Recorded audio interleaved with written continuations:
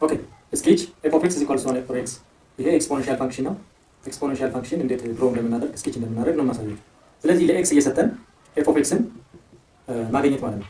ኤክስን ከዜሮ ውጪ መስጠት እንችላለን የፈለግነውን ቁጥር እና ግራፉ እንዲመጣልን ማድረግ ነው። ስለዚህ ኤክስ ዜሮ ብናደርግ ዲፋይን ስለማይሆን ኤክስን ዜሮ ማድረግ አንችልም፣ ሌላ ግን ማድረግ እንችላለን። ስለዚህ 1/4 መስጠት እችላለሁ። 1/2 ዜን 4 2 1 መስጠት እችላለሁ። ዜን እነዚህ ኔጌቲቭ ማድረግ እችላለሁ። ለኔጌቲቮቹ ደግሞ ሶ ኔጌቲቭ 1/4 ኔጌቲቭ 1/2 ኔጌቲቭ 2 ኔጌቲቭ 4 ኔጌቲቭ 1 እነዚህ ምን እንደሚመስሉ እናያለን ማለት ነው። ለእነዚህ ሶልቭ አድርገን እንዲመችን ነው። ያው ለግራፉ የሚያመቹ ቁጥሮች ነው የሰጠሁት።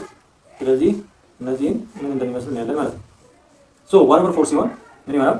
ይገለበጣል። እዚህ ጋር 1/4 ብናደርግ 4 ወደ ላይ ትሄዳለች። ሶ 4 ነው የሚሆነው። 1/2 ሲሆን ደግሞ ወደ ላይ ትሄድና 2 ትሆናለች። 4 ሲሆን ነው 1/4 የሚሆነው። 2 ሲሆን 1/2 ይሆናል። 1 ሲሆን ያው 1/1 1 ሲሆን ኔጌቲቭ 1/4 ኔጌቲቭ 4 ይሆናል። ኔጌቲቭ 1/2 ኔጌቲቭ 2 ይሆናል።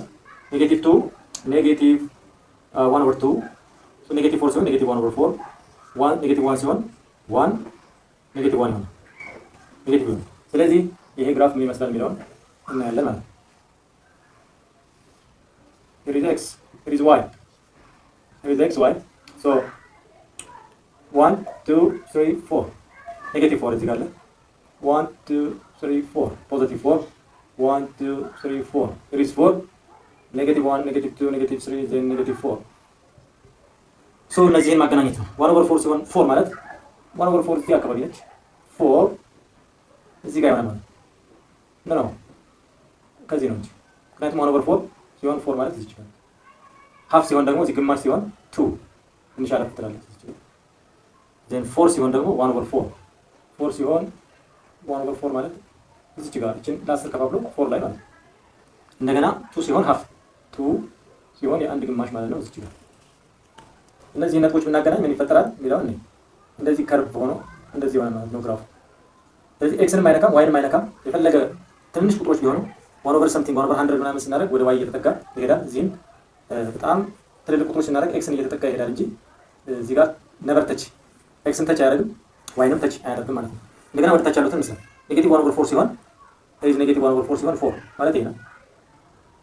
ኔጌቲቭ 2 ሲሆን ሃፍ ኔጌቲቭ 2 ኔጌቲቭ 1/2 ሲሆን ኔጌቲቭ 1/2 ማለት እዚህ አካባቢ ነው የአንድ የኔጌቲቭ 1 ግማሽ። ስለዚህ 2 እዚህ አካባቢ ይሆናል። ሶ ኔጌቲቭ 2 ሲሆን ደግሞ ኔጌቲቭ 2 ሲሆን ሃፍ ኔጌቲቭ 4 ሲሆን ደግሞ ምን ይሆናል? 1/4 እዚህ ጋር ይሆናል። 1 ሲሆን 1 ማለት ይሄ ነው። ሶ ምን ይሆናል? ይሄ ግራፍ እንደዛው ተመሳሳይ እንደዚህ ይሆናል። እየተጠጋ ነው የሚሄደው።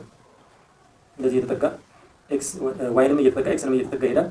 እዚህ ኤክስን እየተጠጋ የሚሄደው ቁጥሮቹ ትንሽ ክፍልፋይ በሆኑ ቁጥር ለኔጌቲቭ ያው ትልቁ ነው ትንሹ ክፍልፋይ ትልቅ ነው የሚሆነው። እዚህ ጋር ደግሞ ቁጥሮቹ እያደጉ በሄዱ ቁጥር ዋይን እየተጠጋ ይሄዳል። ይሄ ኤክስፖኔንሻል ግራፍ አይነት ነው ማለት ነው።